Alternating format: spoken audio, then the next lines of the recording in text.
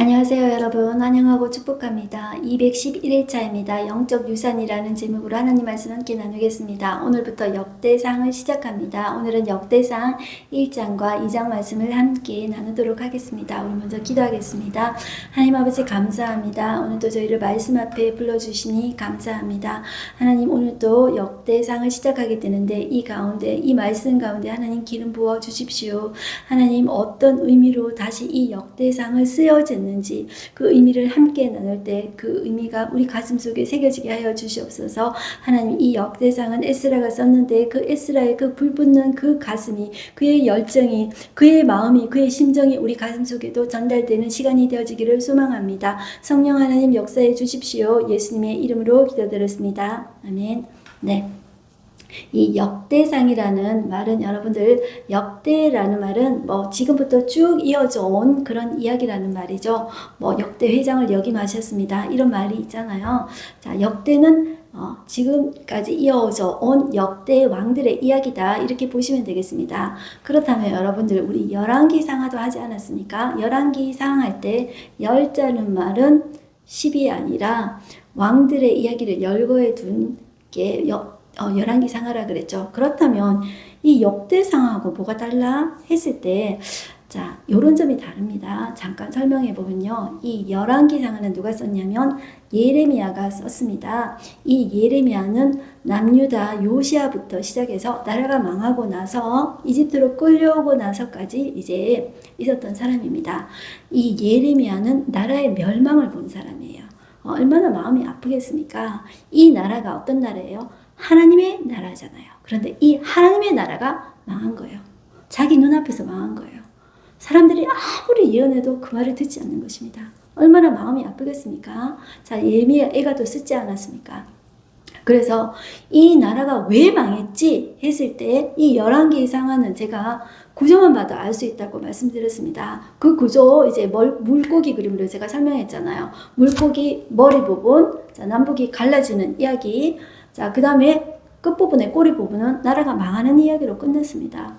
왜 망했지 했을 때 솔로몬부터 시작해서 이방 종교 데리고 왔잖아요. 그 하이라이트가 바로 아하방이었습니다. 자, 그래서 그것이 초점을 이루고 많은 예언서가 거기에 들어있었다. 그래서 15건이 열왕기상하에 붙어 있었다. 고구마 줄기 딱 올리면 15개가 붙어 있었다, 열왕기상하에. 이렇게 했잖아요.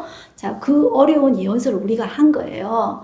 자, 예언서 12권을 열왕기상하를 하면서 한 거예요. 그리고 시가서 3권까지 붙여서 15권을 해낸 것입니다.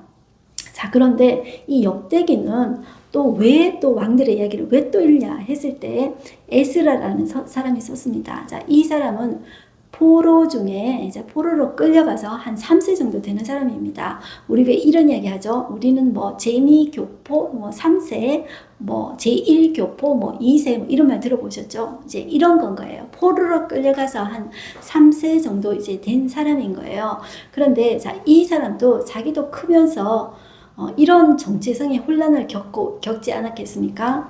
자, 우리 민족은 왜 포로로 끌려왔지? 자, 이 에스라는 그 삶의 중반에 에스더 사건을 한번 경험한 것입니다. 자, 이 에스더 사건이 뭐냐 하면, 여러분들 많이 들어보셨죠? 한순간에 이 유대인들이 멸절될 수 있는 그런 위기가 있었습니다. 자, 한순간에 이 유대인은 다 죽임을 당할 수 있었습니다. 자, 그래서 그것을 겪었던 사람이에요. 자, 에스라는 우리 민족이 왜 죽어야지? 자, 이런 정체성의 혼란을 겪지 않았겠습니까? 자, 그랬더니, 자, 우리 민족이 누구일까 했을 때 그 유대 민족의 자, 경전인 모세 오경하고 예언서 이런 거 봤겠죠.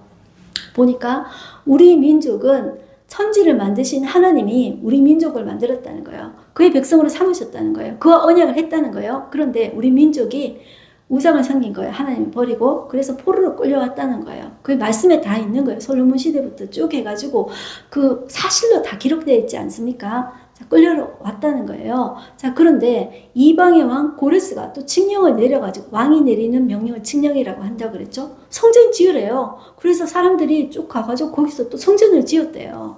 자, 그런데 거기 모여있는 사람들이 성전을 지었는데 뭘 해야 될지 모르는 거예요.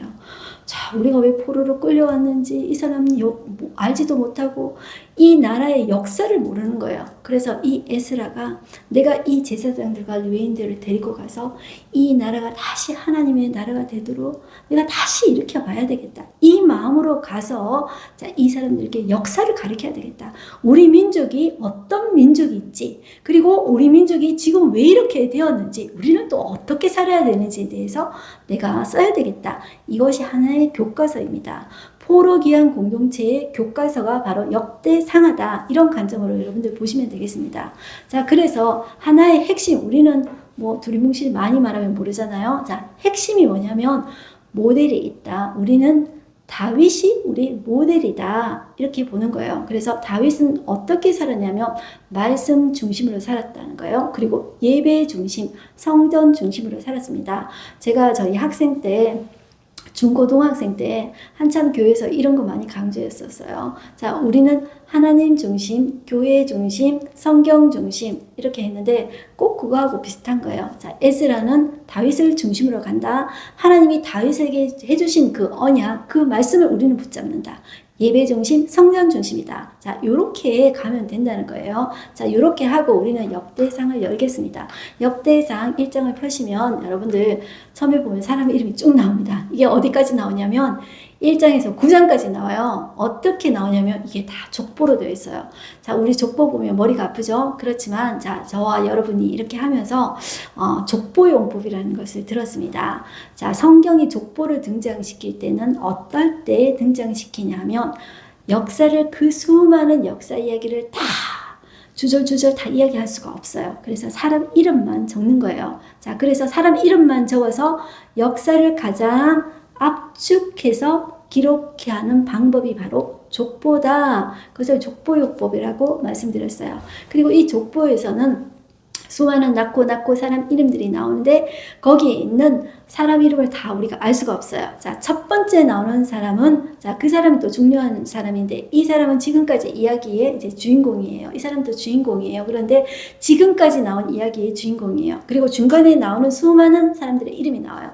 이 수많은 사람들의 이름은 우리가 다 기억할 수도 없고 발음도 너무너무 어려워요. 그런데 이 사람들은 사실이다. 사실을 증명하는 사람이다. 자, 여러분들 사실임을 증명하기 위해서 여러분들 옛날에 전설이나 신화에 나오는 이름은 두리뭉실하게 철수와 영희 뭐 이런 식으로 했다면, 자, 여기 나오는 이름들을 지어낼 수도 없는 사실적인 이름이에요. 그래서 사실이다를 증명해 주는 이름이다. 그렇게 보시면 돼요. 그리고 제일 중요한 거는 마지막에 나오는 사람이에요.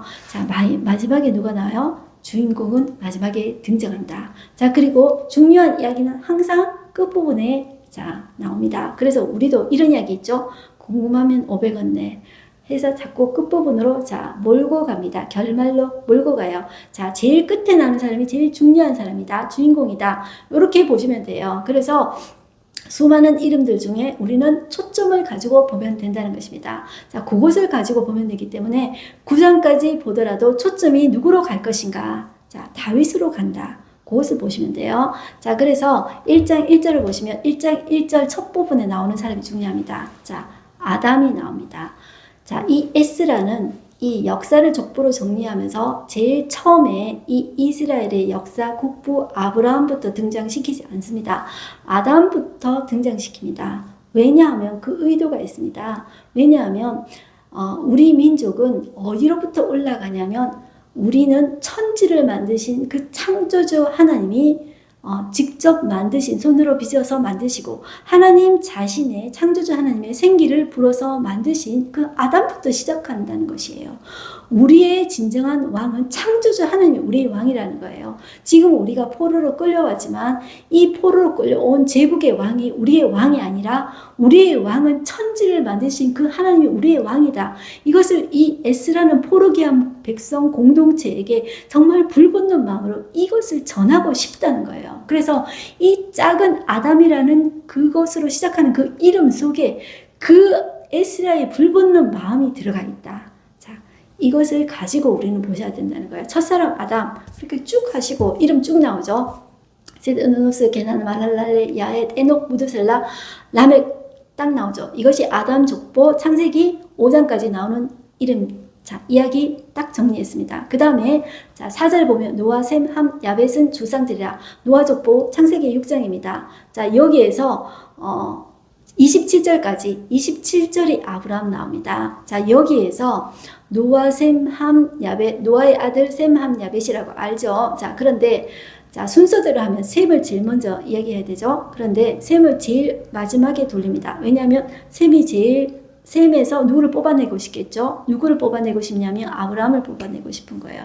자, 그래서 마지막부터 먼저 말합니다. 5절 보면 야벳의 자손은 고멜, 마곡, 마데, 야완, 두발, 메색, 디라스 쭉 나오죠. 자, 이것은 우리가 창세기 할 때도 했었고 제가 예언사 할 때도 중간중간에 나왔기 때문에 이름이 많은 것은 우리가 너무 복잡하면 다 기억할 수 없습니다. 그냥 노아의 아들 셈, 함, 야벳 그 정도로만 아셔도 되겠습니다. 자, 그렇게 보시고 8절에 보시면 함의 아들은 구스와 미스라임, 북과 가나안이요. 자, 요것도 중간중간에 했었죠. 자, 구스는 에디오피아, 그리고 미스라임은 이집트 종족의 이제 조상입니다. 자, 요것이 이제 이집트 사람들 일컫는 사람, 리비아, 가나안, 이스라엘 사람들의 이제 그 땅의 옛 주인들의 이제 가나안이죠. 이게 다 사람 이름이에요. 그리고 이제 10절에 구스가 또 니므롯을 낳았으니 이제 니므롯이 이제 바벨론을 이제 만든 거예요. 자, 그 다음에 17절에 오십니다. 제일 중요한 사람이 이제 셈 자손이죠. 셈 자손 중에서 쭉쭉 해가지고 자, 누가 나오냐면 아르박삿이 나와요. 자, 이 아르박삿이 바로 바벨론 이제 족속이에요.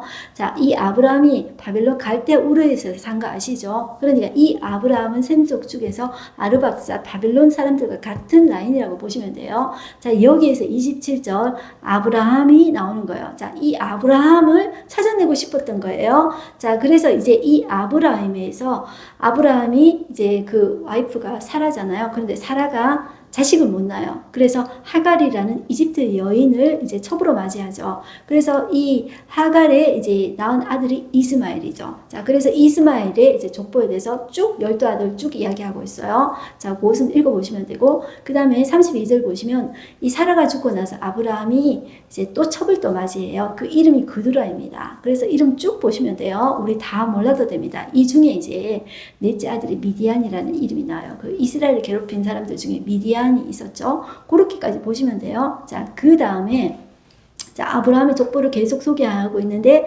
제일 중요한 것은 제일 뒤로 돌린다. 그렇게 하면서 그 다음에 자, 아브라함이 이제 사라에게서 이삭을 낳아요. 이삭을 낳는데 이삭이 이제 쌍둥이를 낳아요. 쌍둥이가 이제 에서와 이스라엘이에요. 자, 그런데 에서의 아들들이 쭉 나와요. 그런데 제가 잠깐 볼게요. 에서의 아들 중에 엘리바스, 루엘, 여우스와 얄란과 고라요. 엘리바스의 아들은 데만과 오말과 스비와 가단과 그나스와 딥나와 아말렉이요. 쭉 나오죠. 자, 이 사람들이 에서 종족입니다. 자, 에서 종족 중에서 자, 그나스, 자, 여기를 한번 언급해 볼게요. 자, 우리 여호수아와 갈렙이 자, 가나안 땅 이제 정탐꾼 할 때, 12정탐꾼 할 때 긍정적인 보고했던 사람 있죠.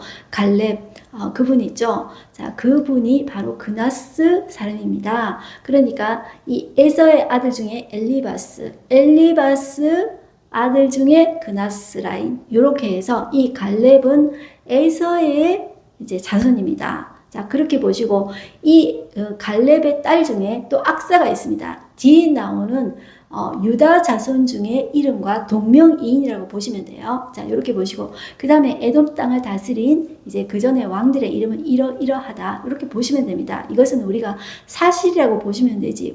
이것을 우리가 모른다고 해서 발음하기 힘들다고 해서 이제 불편하게 여기지 마시고 사실이구나 이렇게 하고 그냥 넘어가시면 되겠습니다. 자, 그 다음에 우리는 2장으로 넘어가겠습니다. 2장 보시면 이스라엘의 아들은 이러하니 나오죠. 이 이스라엘은 바로 야곱이죠. 그 전의 이름이 바로 야곱입니다. 사기꾼 속이는 자 야곱입니다. 그런데 하나님이 그 씨름해가지고 이름을 바꿔주셨죠. 자, 하나님과 겨루어 싸워서 이긴 자.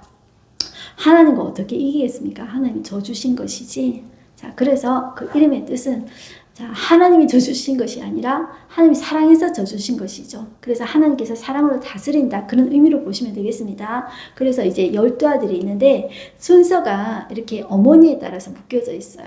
그래서 첫 번째 나오는 순서가 이제 레아의 이제 아들들이 대해서 나오고 그 다음에 이제 라헬 쪽이 나오고 그 다음에 이제 제일 끝에 레아의 여종 실바의 아들들, 이런 순서대로 나와요. 자, 그렇게 이제 보시면 되겠습니다. 12아들 르우벤부터 시작하는데, 이 르우벤이 아버지의 첩을과 같이 동침하게 되죠. 그래서 장자 자격 박탈입니다. 시몬과 레위도 이제 자기의 이제 배 같은 이제 여동생을 그 세겜 족장이 이제 강간을 했잖아요. 그래서 그 사람들 죽여버렸잖아요. 자, 그래서 이 사람들도 이제 지위가 박탈되는 것입니다. 그래서 이제 유다로 오는데, 그렇다고 유다도 뭐 괜찮냐 했을 때, 이 유다도 이 집안을 보면 콩가루 집안입니다. 왜냐하면 이 3절에 보시면 유다의 자손에 대해서 이제 다시 초점을 맞추고 있죠. 왜냐하면 유다의 자손에서 다윗이 나오잖아요. 그래서 초점을 맞추고 있는데, 이 유다의 자손도 정말 은혜롭지 못합니다. 왜냐하면 이 유다가 가나안 여자하고 결혼했는데, 이 가나안 여자하고 낳은 이 아들들도 여호와 보시기에 악해서 여호와께서 죽이셨다고 나옵니다. 그리고 이제 결혼한 이 며느리 다말만 남았는데, 이 다말이 아들을 주지 않으니까 시아버지 유다에게서 자식을 낳습니다. 쌍둥이를 낳죠. 거기에서 베레스와 세라를 낳는데, 베레스 라인에서 헤스론이라는 사람을 낳습니다. 자, 그래서 9절에 보면 헤스론 라인에서 누구를 낳냐면 여라무엘이라는 사람과 람과 글루베를 낳습니다. 이 글루베가 뒤에 나오는 이름이 갈렙입니다. 동일한 인물이라고 보시면 돼요. 자, 10절 보시면 람은 암미나답을 낳고, 암미나답은 나손을 낳고, 나손은 유다 자손의 방백이며, 나손은 살마를 낳고, 자, 이 살마가 누구냐면 바로 살몬을 이야기합니다. 자, 이 살몬이 라합과 눈이 맞아가지고 보아스를 낳았습니다. 이 보아스는 모압 여인 룻과 사이에서 오벳을 낳았습니다. 이 오벳은 이새를 낳고, 이새는 쭉 해서 다윗을 낳습니다. 이렇게 보시면 되는 거예요. 그 다음에 16절, 그들의 자매는 수르야와 아비가엘이라. 수르야의 아들은 아비새와 요압과 아사의 삼형제요. 자, 이러니까 우리 요압이 다윗의 군대 장관 했잖아요. 이종 사촌 지간인 것이에요. 그리고 자, 또 다른 또 이제 그 이모가 있었어요. 자, 17절 보시면 아비가일은 아마사를 낳았으니, 자, 아마사의 아버지는 이스마엘 사람 예델이었더라. 자, 그러니까 요압도 그렇고 아마사도 나중에 군대 장관 했잖아요. 그런데 이 아마사를 요압이 나중에 또 죽이잖아요. 자, 이 사람들이 다 이종 사촌 지간이다. 이렇게 보시면 돼요. 자, 그리고 자, 우리 조금 전에 자, 헤스론 했었죠. 자, 베레스의 아들 중에 헤스론 라인에서 여라무엘, 람, 글루베 있다 그랬죠. 자, 이 헤스론 라인에서 아들 중에 갈렙이 있는데, 자, 여기에서 18절 보시면 그의 아내 아수바와 여리우스에게서 아들을 낳았으니 그가 낳은 아들들은 뭐 쭉쭉 있어요. 자, 19절 보시면 아수바가 죽은 후에 갈렙이 또 에브라스에게 장가들었더니 에브라스이 그에게 후를 낳아주었고, 자, 이 사람들은 이제 이 사람은 모세의 동역자로 쓰임 받았죠. 아론과 훌이 모세가 기도할 때 손이 내려오니까 같이 이렇게 들어줬던 사람들이 있죠. 그 사람이 바로 훌입니다. 그리고 20절에 보시면 훌은 우리를 낳고 우리는 부살렐을 낳았더라. 이 부살렐은 여러분들 들어보셨죠? 자, 이 사람은 성막을 짓는데 이제 쓰임 받았던 사람이에요. 그러니까 얼마나 이 갈렙의 자손 중에서 이제 영광스럽게 쓰임받은 사람이겠습니까? 자, 그러면서 이 족보는 계속 한 방향으로 계속 가고 있다. 이렇게 보시면 돼요. 자, 그리고 헤스론의 아들 또 여라모엘의 아들은 맏아들 람과 사람 이름이 쭉 나옵니다. 이런 사람들이 쭉 있었다. 이것은 사실이다. 이렇게 그냥 보시면 되겠습니다. 그래서 이름이 너무 많아서 우리가 좀 불편하지만 이제 죄책감을 가지지 마시고, 아, 자식들이 이렇게 많구나, 이렇게 그냥 사실이구나, 이걸 보시면 됩니다. 그러면서 계속 다윗의 초점을 맞추고 있다, 이렇게 보시면 돼요. 그리고 여라무엘의 아들, 갈렙의 아들, 자, 이렇게 해서 쭉 나오는데, 갈렙의 이제 다른 이름이 글루베다, 이렇게 보시고 이제 정리를 하면 되겠습니다. 자, 그러면서 이 갈렙의 자손들이 이름이 너무 많이 나와요. 이름이 너무 많으면 참 우리가 마음이 복잡한데요.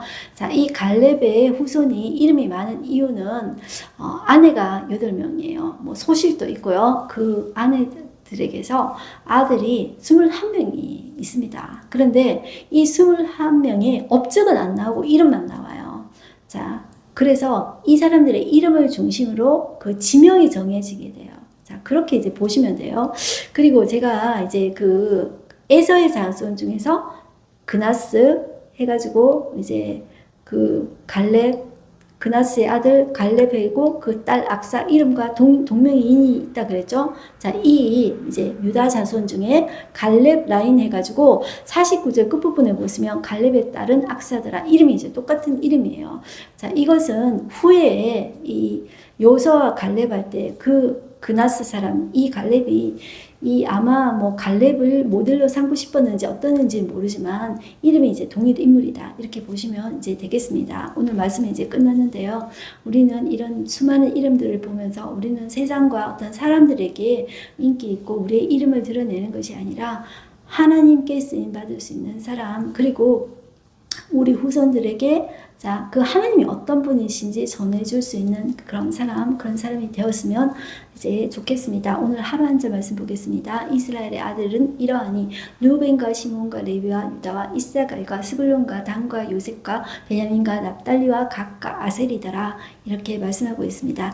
여기서부터 이제 12종족이 나오는 것이죠. 이제 12지파를 형성하게 되는 것입니다. 그 중에서 이제 이 에스라는 유다 지파에서 시작된 이 다윗 왕을 초점으로 하고 있다는 것이죠. 이 다윗 왕에서 바로 누가 오냐면 메시아인 예수 그리스도가 이제 이어지게 되는 것입니다. 자, 우리가 이 땅에 태어날 때 받은 특권이나 유산이 아무리 대단하다 할지라도 그것들은 구원을 얻는 데는 결코 도움이 되지 않습니다. 우리에게 진정한 도움이 되는 것은 오직 우리의 구원자이신 예수 그리스도와 그분이 우리를 위해 행하신 일을 신뢰하는 것뿐입니다. 이러한 믿음의 유산을 우리는 자녀들에게 잘 전수해 줬으면 좋겠습니다. 우리가 그들에게 줄 수 있는 것은 최고의 선물이 바로 예수 그리스도를 믿는 것이죠. 딴 거는 하나님께서 다 불어가시면은 다 불려 사라질 것입니다. 네, 오늘 이제 말씀 읽었는데 여러분들 에스라의 마음이 조금 느껴지십니까? 그래서 이 역대상을 읽을 때 제일 중요한 것이 에스라의 마음을 읽을 때마다 먼저 장착하고 가는 것이다. 네, 포로로 끌려온 이 백성들 다시 귀환해서 성전은 지어졌는데 내가 누군지도 몰라. 우리의 조상이 누군지도 몰라. 우리의 역사는 누군지도 어떻게 됐는지도 몰라. 그 백성들에게 이것을 교과서로 만들어서 가르치고 있는 이 에스라의 심정을 우리는 다시 한 번 더 새겼으면 좋겠습니다. 우리 기도하겠습니다. 하나님 아버지 감사합니다. 오늘도 우리 말씀 앞에서 하나님 말씀을 듣게 해주시니 감사합니다. 하나님 삶의 어려운 고비를 지나는 것이 인생입니다. 이 에스라는 그 고비를 지나면서 우리는 왜 포로를 끌려왔지? 도대체 여호와 하나님은 어떤 존재인가? 그는 모세오경을 읽으면서 말씀을 읽으면서 내가 누구인지 그것을 알게 되었습니다. 하나님, 이 이스라엘 백성만 그렇겠습니까? 우리도 누구입니까? 우리도 하나님께서 우리를 만드셨습니다. 첫사람 아담을 만들었듯이 우리의 조상도 위로 올라가면 하나님 아담이지 않습니까? 그 아담은 누가 만들었습니까? 하나님께서 만드셨습니다. 하나님께서 하나님의 형상을 닮은 존재로 아담을 만드셨습니다. 우리는 속에는 당신의 그 형상이 있습니다. 하나님 비록 죄로 인해서 깨어진 그 모습이지만 우리는 그 하나님을 닮고 싶고 그 하나님을 알아가기를 소망합니다. 하나님 아버지, 우리도 이 에스라를 통한 이 역대상을 읽을 때 우리는 이 역사를 보면서 하나님의 마음을 깨달아 가기를 소망합니다. 나를 알아라, 나를 만나거라. 이 역사를 보면서 사람들의 이름을 보면서 그 사람들의 이름에 치중할 것이 아니라 역사를 이끌어 가시는 그 여호와 하나님, 보이지 않는 하나님의 손이 이 역사를 이끌어 가심을 보게 해주시고 그 창조주 하나님의 놀라운 역사하심을 보게 하여 주시옵소서. 오늘도 우리는 비록 소시민으로 살아가지만 나는 천지를 만드신 창조주 하나님이 나의 아버지시다. 그 자부심을 가지고 살아내게 하여 주시옵소서. 나는 하나님의 자부심이라는 것을 명심하게 하여 주시옵소서. 겸손하지만 하나님을 닮은 지혜를 가진 사람, 하나님의 마음을 가진 사람, 하나님의 자부심이 되는 사람이 되어지게 하여 주시옵소서. 그것을 우리 가슴 속에 새겨 주시옵시고 그 자부심 가지고 이 힘든 세상을 살아내는 우리가 되게 하여 주시옵소서. 예수님의 이름으로 기도드렸습니다. 아멘. 여러분들 오늘도 승리하십시오. 여러분들 하나님의 아름다운 자녀입니다.